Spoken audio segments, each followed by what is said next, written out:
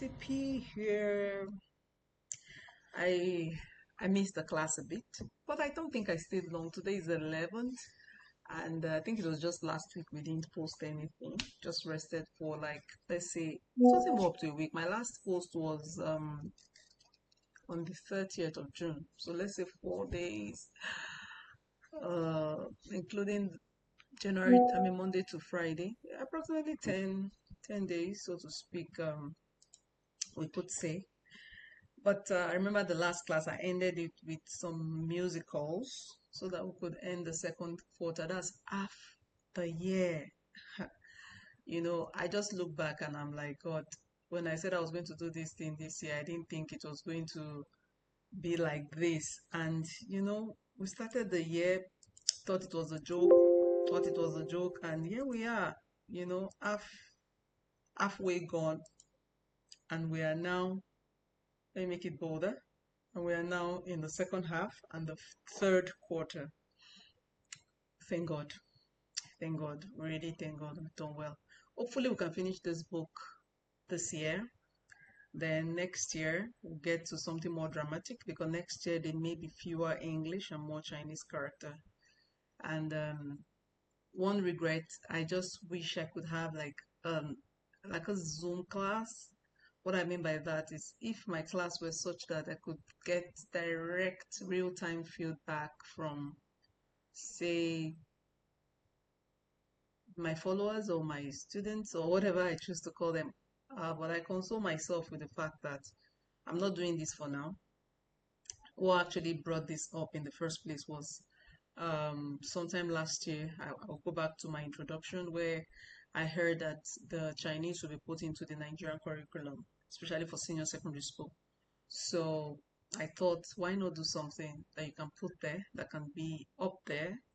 Who knows, for whoever wants to study Chinese. And since I did study Chinese with these textbooks, and that has helped me learn the basic communication aside from my interaction with the Chinese around my work area, which has helped me also to do businesses and also work within the work area. So I decided to use this book. If not, if I don't use this book, I will not have a tailored or a structured way to go about the class. And since the class is not an open class where somebody can say this or say that, usually when people want to know if I speak Chinese, they'll come with, can you say I'm hungry? Can you say give me? Can you say take? And you don't learn Chinese that way. It's better you learn from the foundation. And the foundation, like I said, is the initials, the tone, and the finals. Once you know the initials, which in English you might call the consonants, the vowels, and in English you don't have tones per se. Then if you know how to put in those words together to form words, that's why every English language starts with your ABC. But then they start with the pronunciation. We start with apple, and all that. It's just the basic way. The same with the Chinese. You have to learn with the finals, the initials, understand the pinyin which has to do with the alphabetic pronunciation of words that will help you now know which characters you need to use. So I just thought to give that introduction again so that we'll know where we start from. So far we're in the eighth lesson right now, and the eighth lesson is about buying and selling. Most Nigerians are either related to Chinese, related in the sense that they have relationship with Chinese for businesses, some others for work. But like I said, to be honest, majorly for businesses. Any kind of business. There was a time I was doing interpretation. I had a company that was dealing with a Chinese company and they couldn't speak Chinese. And I was working for another company. So I was working for a Chinese company. So there's always a three-way communication, like a conference call way back more than 7 years ago, I think. More than, did I say seven? Let's say more than maybe eight, nine, if not 10. I don't want to exaggerate years ago. So there'll be like a conference call where my company will call me. That's the company that won't need my service will call me and then call the Chinese company. So they tell me what they want in English. I tell the Chinese. I did that for a while. I was being paid monthly, whether or not they needed my services, but the contract was they're going to pay me monthly until that one ended. So of course you could see learning my Chinese out. Now, for my company that I was working with, I was actually employed when I even worked with the Chinese. They didn't even look at my major. I'm actually an engineering graduate, and I have so many. You could say I'm an engineer by training. I'm a project manager and all that, but they didn't look at that. They were concerned more about my spoken Chinese, and I was more recognized for my interpretation skills than even my engineering skills. It took me to have to fight through and say yes, as much as I love the interpretation because it's a side skill that could help me, I would also want to show what I read in school. So I had to push the engineering as well and push myself to, improve my capacity in that field. So why am I saying this? The additional skill is good because it's not about there's AI now. Most people use AI to do the interpretation and speak Chinese. Agreed, but I always still believe that well, except the devil takes over, pata pata, which of course it cannot. You cannot throw away these language skills. That's the truth. There's no doubt AI on the phone can speak and do some things, but there are times you will still need the services of interpreters. It's still very prevalent even in Chinese market till today, even though people can put in AI on their phone and discuss and use that to communicate. But don't forget that AI deals on recorded messages, but physical interpreters or human beings as God, we are real time. So while we appreciate the use of AI as it helps us to helps us to be a bit more efficient. It doesn't take away the human. It cannot work. It can't work. I'm not saying it won't do. Elon Musk and the rest can do all they want to do, and we're happy they are doing it. Thank God for the wisdom they are using. All power belongs to God. We will still use AI, but let's still learn the language you can learn. So this one has to do with shopping now because this is Pingguo Yijin Duo Shao Qian. I like speaking this way so that you could hear the tones, the pronunciation, and all that. Pingo is apple. Ijin means a gram. A gram. Ijin, a gram. How much? Duo Shao Qian is how much? Duo Shao Qian is how much? So it's about buying and selling. Now, why am I using Pingo? It's just what is written here. You can use Chenzi, you can use Daisy, you can use Ifu. Ifu means cloth, Daisy means cup, anything you want to buy. Now, in China, usually when, just like when you want to buy frozen turkey or frozen fish, you can use that as well. In Nigeria, they put them in scales. If you go to some stores, some other places, they may bring them out from baskets, not fresh fish. I'm not talking of fresh fish, I'm talking of ice one. They might bring them out from basket and then you price based on the size, but people have learned to save themselves the stress of pricing and then putting them in scales. So they scale them per kg and all that. So, but in China, anything you're buying fruits, vegetables, most things you're buying in China, most things, even sweets, except when they are stick sweets. But the sweets that they wrap, they don't wrap them and put them in sachet. You need to go to the China market to understand.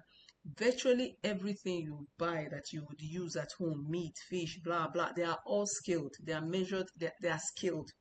So the prices are as per kilo. You go even in the supermarket, sometimes they'll put them on the scale and all that. So usually they buy per grams, per kilo, whatever. So EJ is a gram. So you're going to buy fruit in this case, and now in this case it is mango. I mean, sorry, it is a apple. So they are like want to buy fruit. So you can see A here. The first character on it say my shuigo. A is buying fruit. A my shuigo. A is like a person, there's A B. B is another person. So A is buying fruit, and the person I think B should be the seller. So no, A should be the seller. A should be the seller, and B is the person buying fruit, the buyer. So A is like ni mai shema.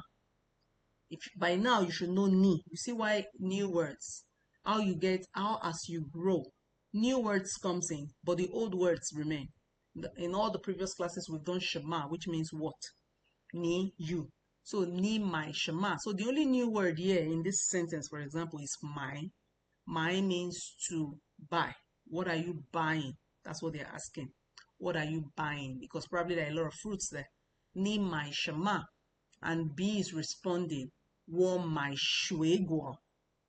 I'm buying fruit, then there's a full stop now. You need to specify the fruit. 苹果已经多少钱? I'm buying fruit or I want to buy fruit. And it's like apple, a kilo or a gram of apple. How much is it? And the seller responds, 3块. Now, in China, their official language for money, they use yuan, right? They use yuan for official language for money.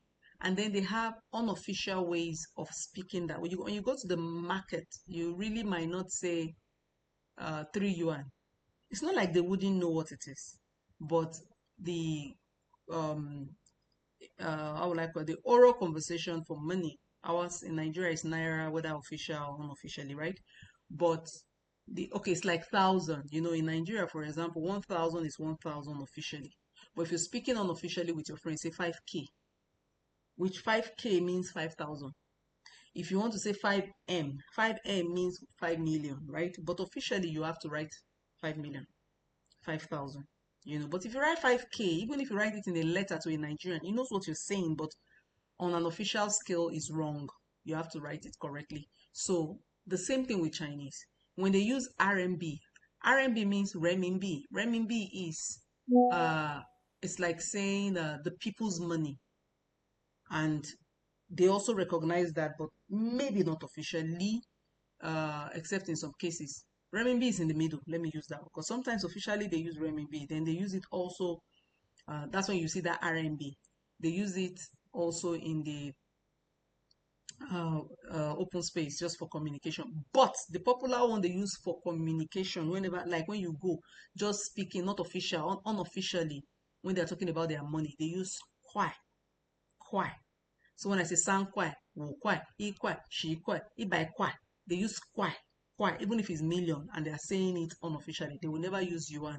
They will never use they may not use renminbi sometimes. Sometimes they may, but kwai is for if you go to market to buy anything. Kwai, kwai, kwai, kwai is what you'll be hearing. So in case you hear kwai, don't be confused. They're talking about the yuan. They're talking about the money, Chinese money. So I thought to say that because the person gave a price. Say san kwai. San kwai means 3 yuan. Means 3 yuan, 3 renminbi. So it says san kwai. You know, every when you go to buy things, there's always this negotiation. San kwai. You can see the question mark. Taiguela. Taigui is too expensive. Too expensive. Tai means two. Gui means expensive. The lure there is like I told you, there are some words when you want to exclaim or express something, you put in some, just like I will still go back to when you say ni ao ma. Ma doesn't mean anything, but you add it to a sentence, it already turns that sentence to a question. But if it is not in the sentence, it can be discerned as anything. But once you put it in the sentence, it's a question. It changes every other thing as a question. Just the same thing when you put law. Law does not mean anything, just stresses what you're trying to say. Taigwe. If I say taigwe, I'm just saying it's expensive. But when I say taigwe, even my face will show that I'm trying to really say, wow, it's expensive. You know, so it says sankwai taigwe la, liangkwai wu ba. The ba also is also another way to stress or to firmly establish a sentence. It doesn't mean anything, but it's also like to establish something and put body or flesh to a sentence that was said. So the first one is sankwai taiguela liangkwai wu ba. Liangkwai wu means 2.5. Instead of in Nigeria you say 2 naira 50 kobo, but in China it's going to be liangkwai wu. The wu there is like the kobo, but they will not put the in kobo in China they use fen, and since they don't even say yuan, they will not even put fen. So if they say liangkwai wu, you know it is 2.5 they are trying to say. So then the person agreed, obviously, because from the next question you can see the person agreed. Say ni yao jijing. You can see ni, you already know. We've mentioned yao before. G, when we said G has to do with numbers. Jiga, when we were talking about mantle. Ni mai jiga. Ni chi jiga. It has to do with numbers. So now I said, how many grams do you need? And he's saying, wo mai wujing. So meaning I'm buying 5 grams. So then the seller is asking, Aya obieda man, do you need another fruit? That's why I said when he said I want to buy fruit, it means that's a fruit shop, but they have different type of fruit. So he first of all went for mango. I'm sorry, for apple. So now he's asking, are you buying another one? Are you buying any other thing? Ni yao bieda. That's another new word. Bieda means another, other, other. Are you buying other, another, something else? Any context you could put it in English. The question is asking, I means is there, is to say another one, that's why in that sentence it's like that. So if I'm going to interpret the sentence like, are you buying something else? That's how it is. Are you buying something else? Or do you want something else? Or do you want something else? Because yao means want. Do you want something else? And you can see the ma there has put the question. You can say, ayao bieda. It can be a sentence. Something else? Something else. But if I say, do you want something else? Is a question. I've added the did you there, even though it's not in English. Then you say, juzi zamamai. Now, if you notice before, say ni yao shema and say duo shao qian. Now, there are two mai. Let me show you. You see this mai. This mai is the last mai. Is as the last tone. But look at this one. Ni mai shema. When the person asks you ni mai shema, you can see the character is the same. The only difference is that there is a cross on it as we go down. Please pay attention to this. This is the third one, which has to say, what are you buying? What are you buying? Ni mai shema. What do you want to buy? Now, when you come to this one that has the cross on it, it is this question, zamamai, means how do you sell? This one turns to sell. This word here is sell. My is sell. My is buy. So the same character, just the difference has a cross on it. Changes it to the fourth tone. The P is the same. The tone is different. So if you don't know the tone, you might call my as my and mix it up. Now, for somebody who may not understand you, might get it wrong, and you might think you're saying sell when you wanted to buy or buy when you wanted to sell. So you can see the way the question went out. Sometimes in yeah or other, you need something else. Juice means orange, or let me call it tangerine. Juice means tangerine, right? Chenzi is orange. So let's say juice means tangerine. Oh, my juice means he wants to buy tangerine, and then he says zamamai. Ni ya other. Juice, zamamai. How do you sell?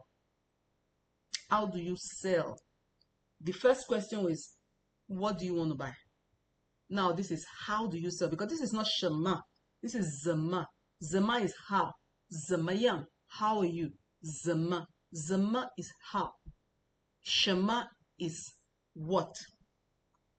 We're getting tougher. So I'm going to take it gradually, and the classes keep to my time, and I don't need to finish a lesson in a class, because we have to, as we go, the conversation are getting longer, and there will be a lot of mixed terms. So we need to understand how it goes. There are new terms and new languages that are coming in, and it's expected that we know these things. It is expected, there's no way you're going to say Chinese is not hard, but it needs constant practice so that you get used to it, just like any other lecture, I think. Anyway, zamamai, how do you sell? And I say liang kwai. Liang kwai means 2 kwai. You can see they use liang. Liang is another word for 2, and they use it most times more than R. Now, sometimes you can mix R and liang in words, but the person will understand what you're trying to say, because liang most times is used for unofficial conversation, most times, and sometimes used as a qualifier when you have like a scissors, there is a pair, a trouser, there is a pair, something like that.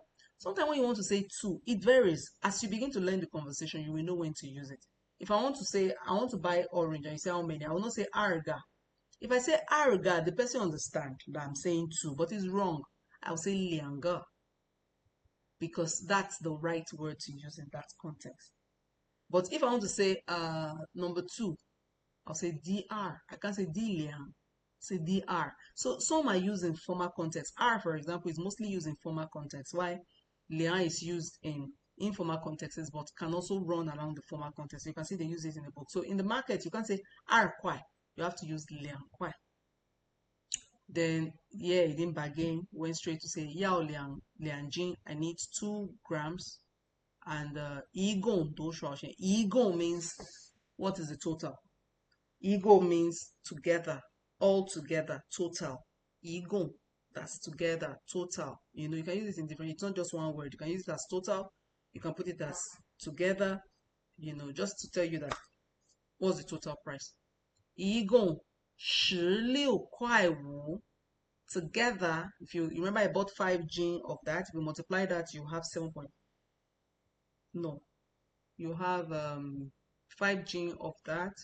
You have 12, 12.5.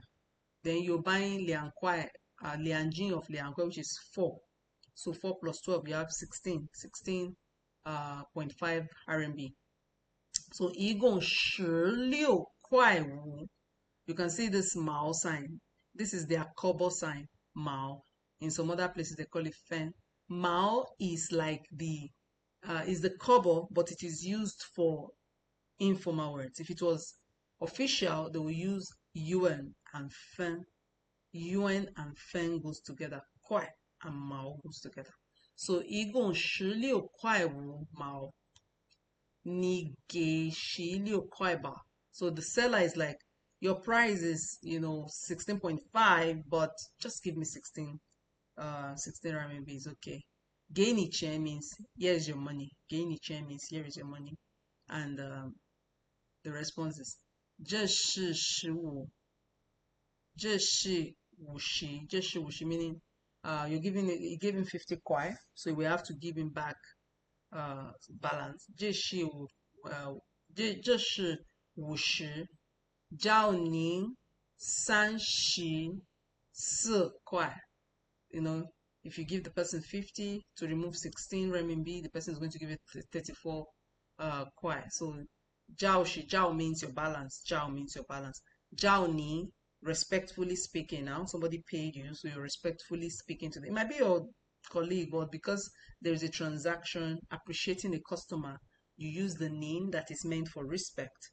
Jiao ni 34. Because if you remember, when he was starting the conversation, he used ni as for colleagues. But because there is a respect in you bought something from me, I appreciate my customer, I change it into a respect language. So it starts with 叫你34块, giving you your balance is this is 50 kwai and your balance is 34 renminbi.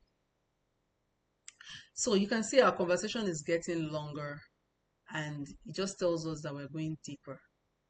Should I go to new words today? No, I've already picked out a lot of the new words.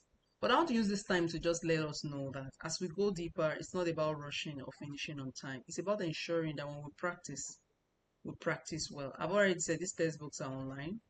And just in case you need it, I can send. Because what is it for me to keep it? I'd rather you learning and getting the studies and you getting better. Because now in the former class we talked about 1 to 10. Now you can see them using those figures in buying and selling. You can see them using ni. They've been using ni. Some of this G we have worked before. We have those words are there. Ma is there. There are new words that are coming up. Zama, they are coming up that we need to learn. Running through the new words, you can see they have close to how many new words? Close to 18 new words. I won't go deep, but I'll just try to just tell us what the new word. My, I already told you, my, to buy. Shuego, fruit. Pingo is apple. Jin means away in China, and it's gram. Gonjin means kilogram, so jin is gram. Gonjin is kilogram. Gui, expensive. Le, it's just a model particle, you can see. It means nothing. It just gives body and, whatever to. The same thing with words. They put it at the end of sentences to just kind of give it a bit of stress what it is. And you can see what they're implying: soliciting, advice, suggestion, request, or mild command, to stress something. Do shall, how much, how many. Do means many or a lot. Shall means few. So when you put do shall together, it tells you what that is. So you can see how the Chinese language works. This is kwai, in bracket yuan. kwai, in bracket, a basic monetary unit in China, but this is mostly for informal. And the same thing with jiao and mao. There's fen as well, but I think jiao should probably be the official one. Mao, which is equal to 10% of one kwai. You can see fen. I know there is fen. Fen is also equal to 1% of a kwai. So that's maybe micro. Oh, whatever, I don't know. Hai means also, in addition, still. The other means other. Josie, they called it orange, but I know they call it Chenzi is orange, and then they use this for tangerine. But if they're writing here orange, you can use it as orange. Chenzi is tangerine then. Mai means to sell. Lia means two. Ego means altogether. Gay to give. Jiao to give change. That is to return back your balance. We'll talk deep on this in our next class, but please let's take time to practice this. For those of us who wants to buy things online. Recently, I did some shopping on Alibaba and asked my colleague to help me bring to Nigeria because my colleagues traveled and I wanted them to help me to bring it. So it was so easy speaking. Though I speak with English with them, but some of them try to speak Chinese and then they see me change to Chinese. In fact, it has even put me in trouble because sometimes when I speak Chinese, they are wondering if I'm in China or I'm in Nigeria, and I have to take time to explain. And in some cases, I've been able to build trust with some of the sellers. In some other cases, they've been suspicious. Some even blocked me, with fear and all that. So it's about understanding the market. But some are very excited when you speak the Chinese with them to continue. There was one in particular that I'm still waiting to send my goods. She prefers to speak in Chinese with me. So it's different, but it's beautiful. It just makes it easier and makes it easier in all ramification. It's good to come back, and our conversations are going to get deeper, stronger. But it would be nice to know that from lesson 1 to 7 that we have been practicing those new words, and as we get to lesson 8 and beyond, we can actually use those new words even now. So I would hope that in the next class we're going to do the new words again, where we'll be able to explain some new things, and then we'll move deeper, deeper, deeper, and we'll see where the first book in grammar and conversation will take us. I'm hoping that by the end of this year, we should be able to be done with the chapters of these books. I just want to thank you for the time, and please let's practice language. Like every other course requires constant practice, and I'm available for questions. Please, you can put your comments on the chat box. I'll read them when I have time to and respond to you appropriately. Thank you so much, and do have a lovely day. Bye for now.